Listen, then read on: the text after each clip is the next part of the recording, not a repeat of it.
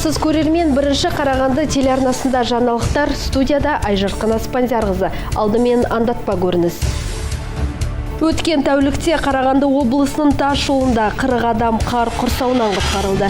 Республикалық маңызы бар 8 бағыттағы жолдар көліктердің барлық түрлері үшін жабық. Қарағандылық студенттер ұлы ақынның өлеңін оқитын робот құрастырып шықты. Осылайша Абайдың 175 жылдығына орайластырылған әдеби эстафетаны қолдады. Францияда дзюдодан өткен Гранд Слэм спорт бәсекесінен жерлесіміз Жансай Смағұлов күміс жүлдемен оралды. Боз кілем шеберімен қаламыздың жас спортшылары кездесті.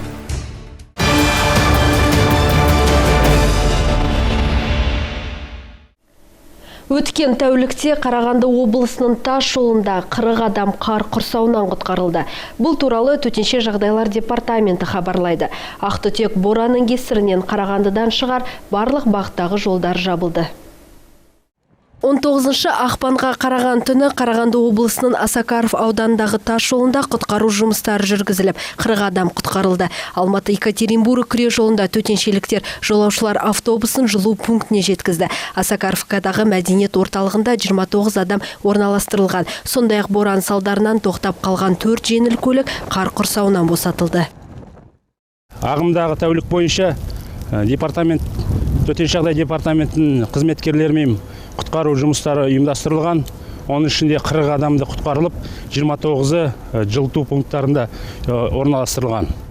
Департаментте оперативті штабтың жұмысы ұйымдастырылып, бүкіл жағдайлар қазір бақылауда тұр. Қазавтодор ақпараты бойынша республикалық маңызы бар 8 бағыттағы жолдар көліктердің барлық түрлері үшін жабық. Аталған жолдардағы қарды күреуге 184 техника мен 250-ден астам адам жұмылдырылған. Осы ретте төтенше жағдайлар қызметі тұрғындарға жолға шықпас бұрын ауа райының өзгеруі және жолдардың жабылу туралы арнайы хабарламаларды ескеріп, қауіпсіздік шараларын қатаң орындауға шақырады.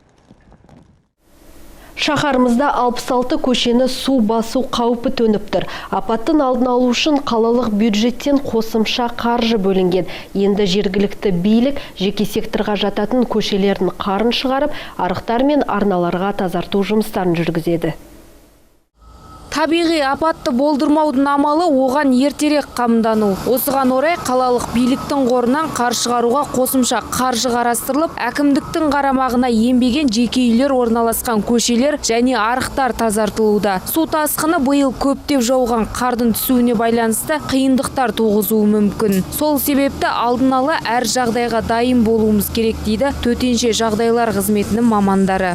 Бүгінгі күнге дейін 800 мың текше метр қар тазаланды. Бұл белгіленген 5 қауіпті көшеден шыққан қар. Жалпы 606 көше тазалануы тиіс. Қазыбек би ауданында 40 көше су тасқынына бейім. Оның 19-ында қазірдің өзінде қар тазартылуда. Негізгі мердігерлік ұйыммен қатар қамқор кәсіпкерлер де өз жабдықтарын ұсынып, көмек қолын созып жатыр. Су тасу қаупі басым көшелерге арнап шенділер арнайы жоспар құрыпты. Жалпы мұндай көшелердің 44-і Қазыбек би ауданына тиесілі. Бүгінде қар шығару жұмыстары қарқын алған. Наурыз айынан бастап арық, суағар және басқа да су өткізгіш құрылғыларды тазалау жұмыстары басталады. Сейчас работают на 19 улицах. Біз жұмысты ақпан айының басынан бастадық. Осы уақыт аралығында 16 мың текше метр қар шығарылды. 1000-ға жуық техника жұмылдырылды. Сондай-ақ 19 көшені тазаладық. Алдағы уақытта ақпан айының соңына дейін бітіруді көздеп отырмыз. Бұл мәселе көп қабатты үйлердің тұрғындар үшін өзекті. Себебі жертөлелер қауіп тудырады. КСК ұжымы қарағандылықтарды қар тазарту бойынша қосымша келісімдер жасауға шақырады. Тұрғындар ауладағы қардың ауқымына байланысты әр пәтерден шамамен 1500 теңге жұмсап, өз септігін тигізе алады дейді мамандар. Люди инициативу проявили, сделали целевые сборы. Биыл 2 есе қар жауғанын білесіздер. Сол себепті қаламызды қардан тазалауға біз де атсалысып жатырмыз. Біздің ұйым 76 үйді қардан тазартуға келісім берді. Оның ішінде 5 үй толықтай тазаланды. Сондықтан басқа да көшенің тұрғындарына осындай ұсыныс жасадық. Көктемдік судың алдын алу үшін бәріміз жұмылуымыз керектігін түсіндірдік. Барлық тұрғын бұл ұсынысқа келісімдерін берді. Бүгінгі таңда қаладан 800 тоннаға жуық қар шығарылды. Маусымдық тазалау жұмыстары күн жылынғанға дейін жалғасады. Айнұр Шалғынбай, Аман Қожанов, Дастан Шанин, бірінші Қарағанды телеарнасы.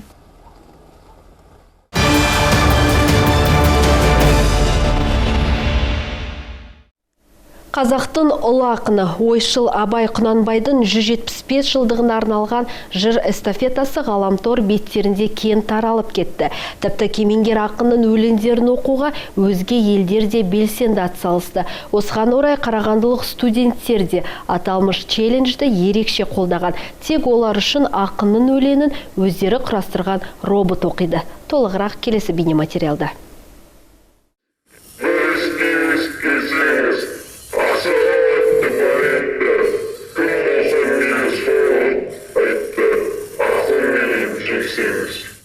Осылайша робот ұлы ақынның ғылым таппай, мақтанбай өлеңін оқып берді. Ерекше дүниені құрастырып шығуға небәрі 2 апта кеткен. Жоба авторлары үшін сәйкесінше ырғақты таңдау ең қиынға соққан көрінеді. Поэтому мы сначала чтец это прочитал. Алдымен студентіміз өлеңді мәнерлеп оқыды. Содан кейін синтезатор арқылы дауыс таңдадық. Кейін ырғақ дайын болғаннан кейін іс-қимылдарды жасадық. Қарағанды мемлекеттік университетінде робототехника кабинеті 2017 жылы ашылған. Басында қосымша дәріс ретінде оқылса, қазір бұл болашақ IT мамандар үшін міндетті пәндердің бірі. Студенттер 3D принтермен жұмыс жасап, басқарылатын дәнекерлеу жабдықтары мен көліктерді құрастырады. Сондай-ақ өзге де бірегей жобаларды жасайды. И студенты отрабатывают Студенттер үшін барлық қажетті жабдықтар бар. Олар мұнда өздері жоба құрап, жаңа дүниелерді ойлап табады. Болашақта зертханамызды кеңейтіп, қосымша жабдықтар алу жоспарда бар. Бағдарламалау үрдісі толығымен ағылшын тілінде жүреді. Студенттердің айтуынша бұл жалғыз қиындық.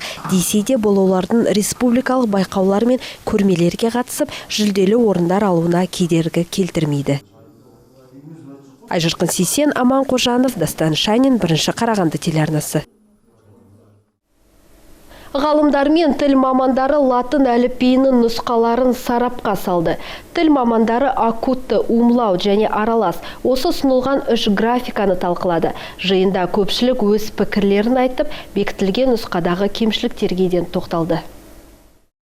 2018 жылы латын әліпбиінің акутты түрі бекітілген, яғни төбесінде ноқат түртіледі. Бекітілген әліпбидің ішінде и мен у әріптері халықаралық қолданыстан өзгеше болған. Сондай-ақ ноқат дауыстыларға да дауыссыздарға да қойылған. Ал акут негізінен дыбыс созылғанда әрі екпінге орай қойылу керек. Оған қоса ы мен у таңбаларын ноқатпен ғана айыратындықтан тіл заңдылығына сәйкес келмейді. Ң әрпіне де дыбыссыз тек акут қана қойылған дейді ғалымдар. Сонымен қатар 2 диграф қосар әріптен тұратын 2 таңбамыз бар. Ш менен Ш, осыны енді бірінші Ш-ға байланысты айтатын болсақ, Ш менен С қатар келген жағдайда, яғни Ш менен жағы Ш-ның таңбасы ретінде С, Х түрінде танылып қалады, солай түсініліп қалады дегенге байланысты мәселе көбірек айтылды. Сонымен қатар тағы да бір Ч-ға байланысты, яғни Ч-ның өзіндік қолданысы қазақ тілінде төл сөздерінде кездеспейді. Оның үстіне енді басқа тілден енген сөздерді қолданғанмен де аз ғана. Әліпбидің жасалу жолдарының критерийлері бар. Атап айтқанда оқуға, жазуға, еске сақтауға тиімді, халықаралық және қазақ тілінің заңдылығына сай болу керек. Бекітілген әліпбиде 32, ал ұсынылған 3 әліпбиде 31 әріп бар. Мамандардың пікірінше, дыбыстар қазақ тілінің үндестік заңына бағыну қажет. Сондай-ақ шетел тілінен енген сөздерді кириллицаға бейімдемей, түпнұсқамен қазақ тілінің емлесіне лайықты атау керек. Әліпбидің табиғаты, әліпбиде кітапты болсын, андай неден болсын көріп ашып келіп жүрген кезінде, ол балабақшадағы бала болсын, қартайған шал болсын, дауысты да дауысты дыбыстарда жұптасып тұру керек. Жуан жіңішке деп дауыстар үндесіп тұру керек.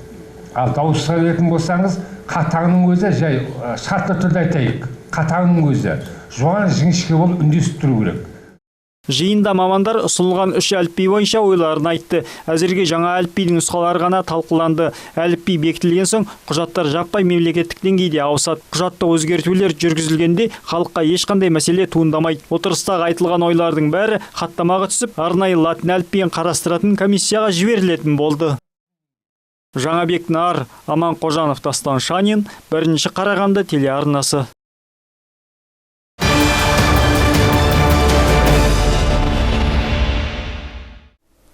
Францияда дзюдодан өткен Гранд Слэм спорт бәсекесінен жерлесіміз Жансай Смағұлов күміс жүлдемен оралды. Париж төрінде ел абыройын асқақтатып келген бос кілем шеберімен қаламыздың жас спортшылары мен бұқаралық ақпарат құралдарының өкілдері кездесті. Жиын барысында Қарағанды облысының спорт басқармасы оғыланға 500 мың теңге көлемінде қаржылай сыйлық тарту етті.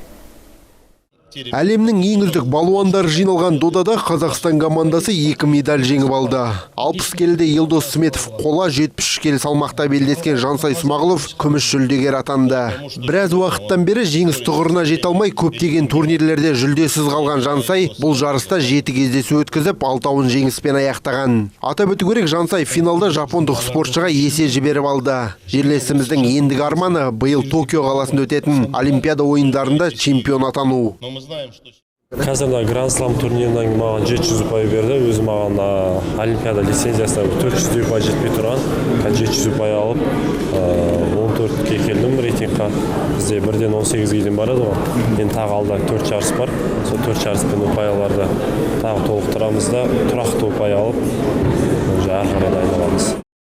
Бүгінгі өткен баспасөз жиынында Қарағанды облысының спорт басқармасы Жансай Смағұловқа 500 мың теңге көлемінде сыйақы берді. Спортшының жеке бапкерінің айтуынша Жансай бұл медальді 2 жыл күткен екен. Сондай-ақ Қайдар Қанжанов спортшыға үлкен сенім артатындығын жеткізді.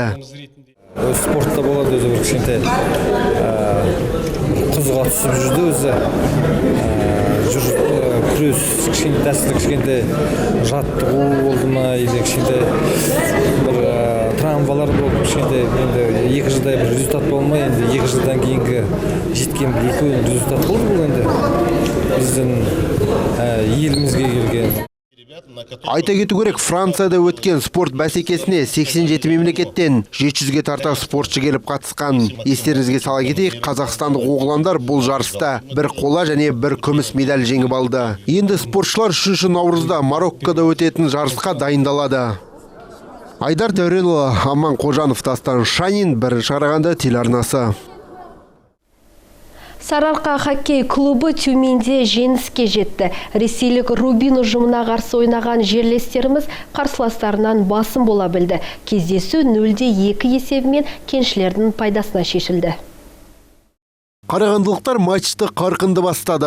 Алғашқы кезеңде жерлестеріміз қарсы қақпаға 17 мәрте соққы жасады. Айта кету керек, дәл осы арқа жігіттері бірінші болып есеп ашты. Алғашқы шайбаның авторы Станислав Тунхузин. Ойынның екінші бөлігінде тюмендіктер белсенділік танытты. Ресейліктер бірнеше мәрте қарсы қақпаға шабуыл жасап көрді. Бірақ бәрі сәтсіз болды. Себебі Сарыарқа командасы қорғаныста жақсы ойнады.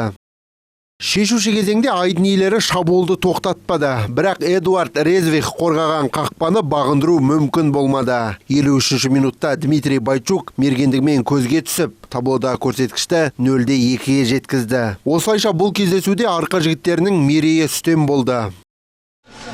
Любая победа дает положительные эмоции, настроение. Тұрақты чемпионатты сәтті аяқтадық. Бірақ мұнымен әлі ештеңе біткен жоқ. Қызық енді басталады. Барлық жанкүйерлерді жеңіспен құттықтаймын. Біз енді Петров кубогына дайындаламыз.